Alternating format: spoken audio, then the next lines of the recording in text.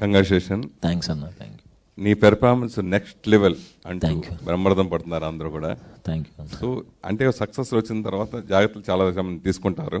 వరుసగా హ్యాట్రిక్ కూడా కొట్టావు. సో ఇక నుంచి సుహాస్ సినిమాలు ఎలా ఉండబోతున్నాయి?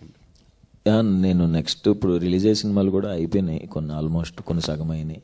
సో ఇది ఖచ్చితంగా ఆడిద్దనే నమ్మకం ఫస్ట్ నుంచి ఉందన్న. సో దీనికి తగ్గట్టే మిగతా దానికి అదే నా క్యారెక్టర్లో కానీ కథల్లో కానీ వేరే వేరే అనుకునే సెలెక్ట్ చేసి పెట్టుకున్నా అన్న. అంటే బాగా కెరియర్ బిగినింగ్లో 1-2 సినిమాలు ప్యాడింగ్ పెట్టుకుని సపోర్ట్ క్యారెక్టర్ పెట్టుకుని ఇప్పుడు వరుసగా ఈ సినిమాలో కూడా అదర్ క్యారెక్టర్స్ గురించి ఎక్కువ మాట్లాడుకుంటున్నారు, బాగా ఎక్కువ మీ క్యారెక్టర్తో పాటు. అట్లా 2-3 సినిమాల వరకు చేసుకుంటారు. తర్వాత సోలోగానే ఇంపార్టెన్స్ పెట్టుకుని మిగతా ప్యాడింగ్గా పెట్టుకుని అట్లా చేసుకుంటారు కదా. అలా భవిష్యత్తులో కూడా నీ మారే అవకాశం ఉంటుందా? అంటే నెక్స్ట్ కొన్ని సినిమాల్లో ఉన్నాయన్న ప్యాడింగ్స్, దానికి తగ్గట్టు కథలకు తగ్గట్టు ఉన్నారు. ఈ కథకి తను ఈ ఫేసెసే కావాలనుకున్నాడు. సో అదే వర్కౌట్ అయింది అనుకుంటున్నాను. సుహాసే భుజం మీద ఎత్తుకుని సుహాస్ ద్వారా ఈ సినిమా సక్సెస్, సుహాసే ఫుల్గా ఉండేది అని అంటే లేదన్న. ఈ సినిమాలో శరణ్య నేను ఈ సినిమా ఫర్దర్గా అంటే కంప్లీట్గా నేను ఏమోనన్నా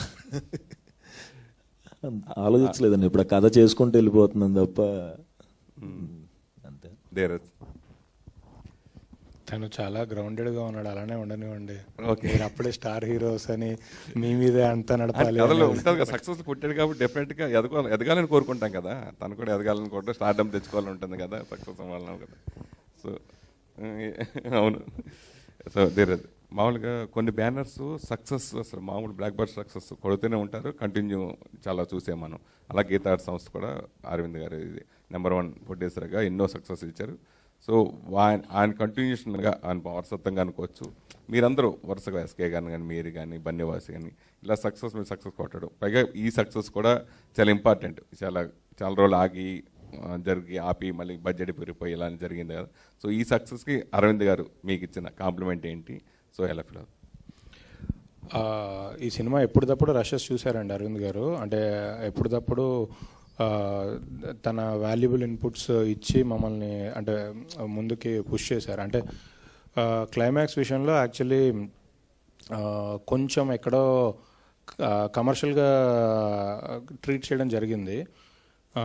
అది దాని మీద చాలా రోజులు డిస్కస్ చేసాం. అంటే ఇది కరెక్టా ఇలా కరెక్టా అని అన్నప్పుడు వాసు గారు వచ్చి కమర్షియల్గా తీయాలంటే ఈ సినిమాని ఎందుకు, ఏ సినిమా అయినా తీయచ్చు కదా, ఇది ఇలా చేయకూడదు, జెన్యున్గా చెప్పాలి అన్నారు. దాని తర్వాత మేము మళ్ళీ వెళ్ళి రీషూట్ చేసి ఇవన్నీ చేయడం జరిగింది. బట్ అరవింద్ గారు ఎప్పుడు సినిమా చూసినా చాలా కాన్ఫిడెంట్గా చెప్పారు. యాక్చువల్లీ ఆయన ఫస్ట్ రషెస్ చూసింది ఊర్వశి రాక్షసి సినిమా ప్రీ రిలీజ్ ఫంక్షన్లోనే చెప్పారు నెక్స్ట్ చేయబోతున్న సినిమా కథ ఎలా ఉండబోతుందని. తర్వాత బేబీ సినిమా అప్పుడు కూడా చెప్పారు.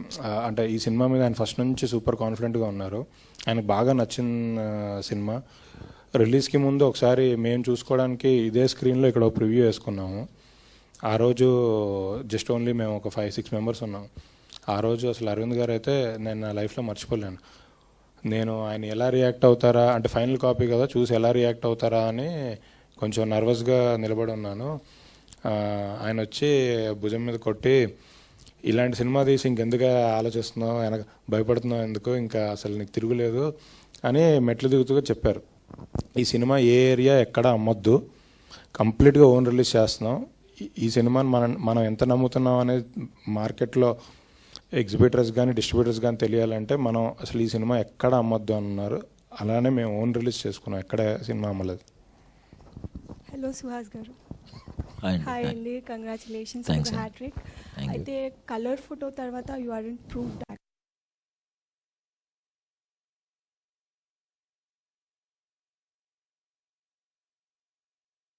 యాక్టర్ అవుతారని మీకు చెప్పారు. Now you are enjoying that fruit. ఎలా అనిపిస్తుంది మీకు? అండ్ మీరు వారితో మాట్లాడడం కానీ ఏమైనా జరిగిందా ఈ మధ్య కాలంలో? అంటే ఎప్పుడైనా ఒకసారి మాట్లాడుతూ అప్పుడప్పుడు. ఖచ్చితంగా వాళ్ళందరూ, నేను వర్క్ చేసిన వాళ్ళు వచ్చిన వాళ్ళందరూ నా సక్సెస్కి వాళ్ళు చాలా హ్యాపీ ఫీల్ అవుతారండి.